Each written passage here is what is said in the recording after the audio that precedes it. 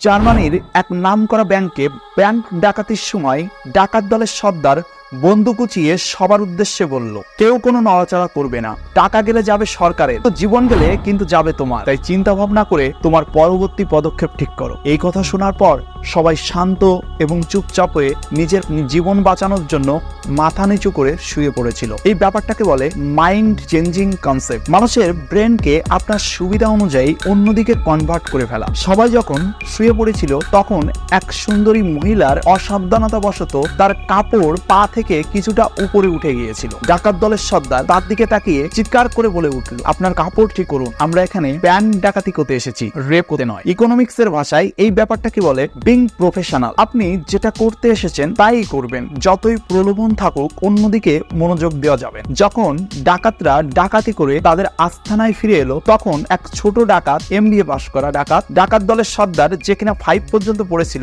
তাকে বলল, বস চলুন টাকাটা গুনে ফেলি। ডাকাত দলের সর্দার মুস্কি হেসে বলল, তার কোনো প্রয়োজন নেই, একটু পরে টিভি ছাড়লেই নিউজ চ্যানেলগুলোতেই বলে দেবে আমরা ঠিক কত টাকা ডাকাতি করে নিয়ে এসেছি। এই ব্যাপারটাকে বলে এক্সপেরিয়েন্স।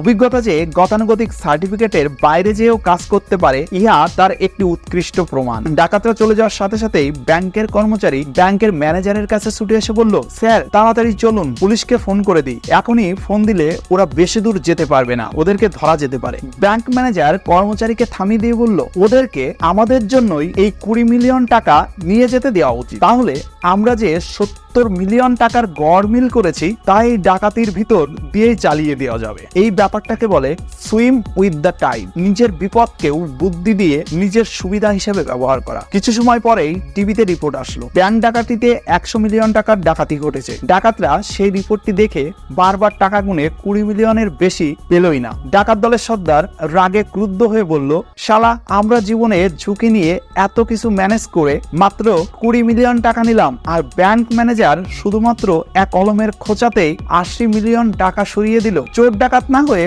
পড়াশোনা করলেই হয়তো বেশি লাভ হতো। এই ব্যাপারটাকে বলে knowledge is the worth as much as gold, অর্থাৎ ওসির চেয়ে মসি বড়।